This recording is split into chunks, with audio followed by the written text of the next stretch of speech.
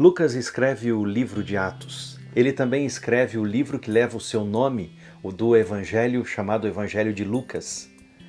Ele vai descrevendo as ações de Deus no livro de Atos até chegar no capítulo 12, quando é para haver uma mudança, uma virada de página, uma vitória. Parece que há um freio de mão puxado, pisa-se no freio e há uma ação por parte do governo de Herodes Agripa que leva a igreja a ficar paralisada, parada. E o evangelho para de se desenvolver, de crescer. Herodes Agripa, a Bíblia diz aqui, por essa época, o rei Herodes Agripa começou a perseguir violentamente algumas pessoas da igreja. Mandou matar a espada Tiago, irmão de João. Lembra? Pedro, Tiago e João eram o trio que acompanhava Jesus. Tiago foi mandado por Herodes Agripa para a morte e foi morto à espada.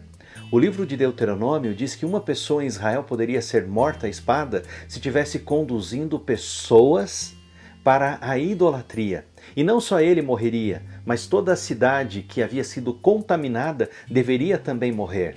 Herodes Agripa usava a palavra de Deus, mas usava aquilo que convinha para ele. Ele mandou matar a Tiago. Por quê? Porque ele queria agradar os religiosos, os ortodoxos de Israel, para que ele ganhasse favor da parte deles. Ele tinha a sua avó, que era do povo judeu, Mariana, e ela teve um filho chamado Aristóbulo. E Herodes Agripa, este aqui do capítulo 12 do livro de Atos, ele é neto de Mariana. Ele tem uma irmã chamada Herodias. E se você estuda a Bíblia, sabe que Herodias, ela se casou com Herodes Antipas, que era o tio dela. E além de estar num casamento adúltero, também era incestuoso. Foi este casal que João Batista denunciou e ele perdeu a cabeça. Agora, ao olhar para a palavra de Deus, você vê que ele tem o poder político e ele quer agradar os religiosos e ele começa a perseguir a igreja, usando o seu poder que é político e também religioso. E ele começa a perseguir, ele prende Tiago e mata Tiago ao fio da espada. Mas a Bíblia também diz que ele prendeu Pedro. E ele prendeu Pedro durante a festa dos pães sem fermento. Sabe que festa é esta? A festa da Páscoa.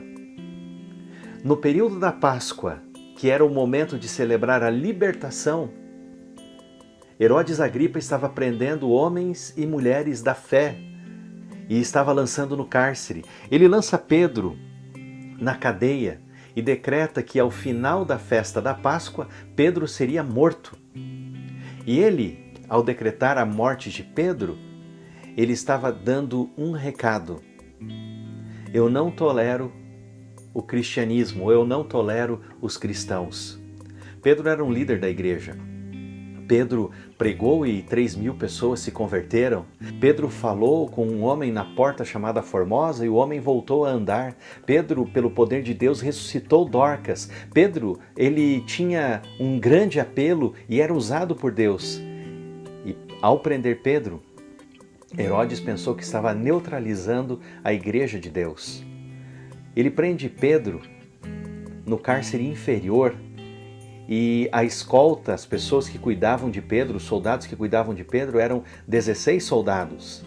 Por que 16 soldados? Porque Pedro já havia, com João, ido embora da prisão sem as portas da prisão estarem abertas. Eles foram libertos pelo poder de Deus. E agora Pedro está no fundo da prisão. A palavra de Deus diz assim no verso 4: Depois lançou-o na cadeia sob a guarda de 4 escoltas, cada uma com 4 soldados. A intenção de Herodes era apresentar Pedro aos judeus para julgamento público, depois da Páscoa. E aí vem o verso 5, que diz assim: Enquanto Pedro estava no cárcere, a igreja orava fervorosamente a Deus por ele. Há alguém numa situação complicada. Há alguém no corredor da morte. E a palavra de Deus diz assim que a igreja se levanta. A oração é a alavanca que move o braço da onipotência. Para Pedro, parecia que tudo havia chegado ao fim. Para Pedro, a esperança estava indo embora. E se houvesse um jogo, fosse um jogo de futebol, o placar marcava 4, 5, 6, 7-0 para o time inimigo.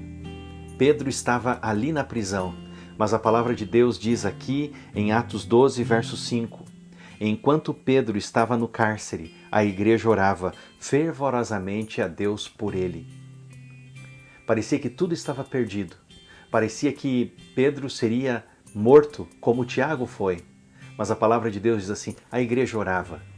A oração ainda tem poder. Hoje, experimente a oração. Experimente buscar a Deus. Experimente clamar ao Senhor. Experimente o poder da oração. Quando oramos, o céu se alegra. Quando oramos, o inferno treme. E quando oramos, Deus realiza milagres sobre a terra. Hoje, lembre de orar, lembre de clamar, lembre de apresentar a sua súplica a Deus e que Ele te abençoe, e que Ele te guarde, e que Ele ilumine todos os teus passos hoje, no nome de Jesus. Amém.